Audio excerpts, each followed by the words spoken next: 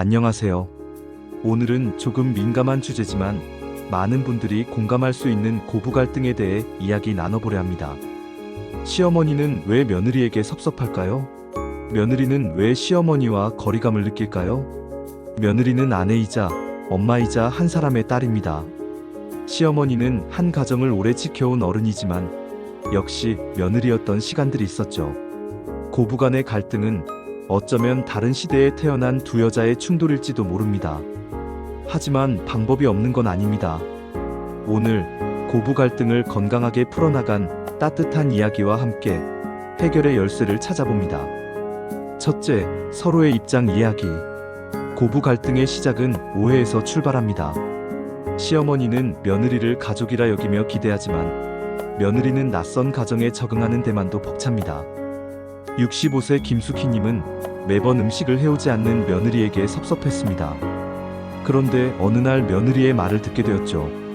어머님, 저는 요리를 못해서가 아니라 어머님 음식이 더 맛있어서 괜히 어설프게 만들기 싫어요. 그 말을 들은 시어머니는 울컥했다고 합니다. 아, 이 아이가 날 존중했구나. 그 이후 둘은 종종 함께 요리를 하며 가까워졌습니다. 둘째, 감정 전달은 부드럽게, 솔직하게. 갈등은 감정이 격해질 때 터지기 마련이죠. 그러나 감정을 표현하는 방식만 바꿔도 상황은 완전히 달라질 수 있어요. 예를 들어 왜 그렇게 하셨어요?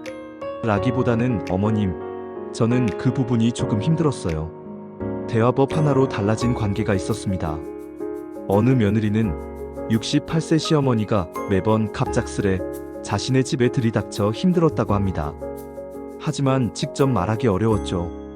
결국 그녀는 편지를 씁니다. 어머님이 찾아오시는 건 좋지만 제게도 준비할 시간이 필요해요. 시어머니는 그 편지를 몇 번이나 읽고는 이제부터는 내 시간도 존중할게. 그렇게 정기적인 만남으로 바꾸면서 갈등이 사라졌다고 합니다. 셋째, 남편의 중재 현명하게. 남편분들, 고부 갈등에서 당신의 역할은 아주 중요합니다. 아내와 엄마 사이에서 중립이 아닌 조율자가 되어야 합니다. 중간자의 진심이 느껴지는 사례입니다. 한 남편은 고부 갈등이 심해지자 이렇게 말했습니다. 엄마, 이제는 아내와 직접 연락하지 마세요. 제가 다 중간에서 조율할게요. 그러고는 아내에겐 어머니를 너무 원망하지 마. 엄마도 나를 내려놓는 연습을 하고 있어. 그 말에 두 사람은 마음을 조금씩 열었고 1년에 한두 번은 함께 식사하는 사이가 되었습니다. 넷째, 기대를 내려놓는 지혜. 며느리는 시어머니에게 완벽한 딸이 될 필요 없습니다. 시어머니도 며느리에게 내 딸 같은 존재가 되기를 너무 바라지 않으셔도 돼요. 비즈니스 관계로의 전환 사례도 있습니다.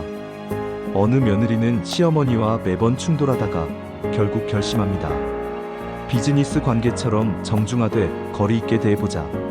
생신엔 선물, 명절엔 인사. 직접 대면은 하지 않지만 관계는 오히려 평온해졌습니다.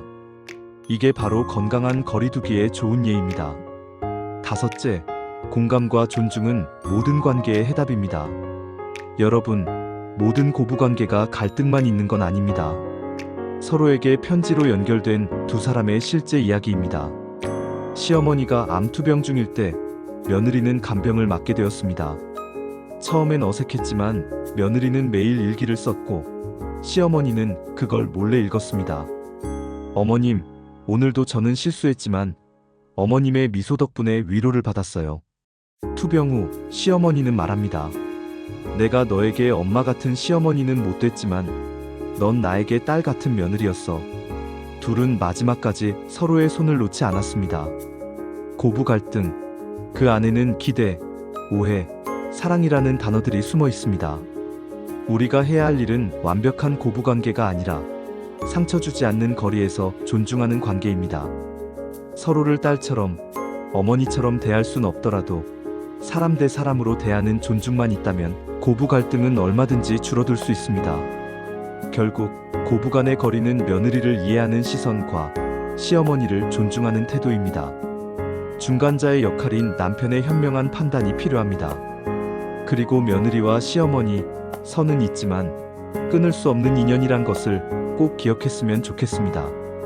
이야기를 정리해보면 첫째, 서로의 입장 이해하기. 둘째, 감정 전달은 부드럽게, 솔직하게. 셋째, 남편의 중재 현명하게. 넷째, 기대를 내려놓는 지혜. 다섯째, 공감과 존중은 모든 관계의 해답이란 걸 마음에 담고 현명하고 성숙한 관계를 맺어가는 것이 우리들을 구성하고 있는 아름다운 가족의 모습일 것입니다. 우리 서로 기대는 줄이고 존중은 더하고 살아가면 어떨까요? 오늘도 가족 안에서 사랑을 배우는 여러분을 응원합니다. 혹시 여러분의 다른 경험이나 의견 있으시면 댓글로 남겨주시면 서로 정보를 공유하는 아름다운 세상을 만들어 갈 수 있습니다. 더 유익한 영상을 만들도록 노력하겠습니다. 구독, 알림 설정, 좋아요는 사랑입니다.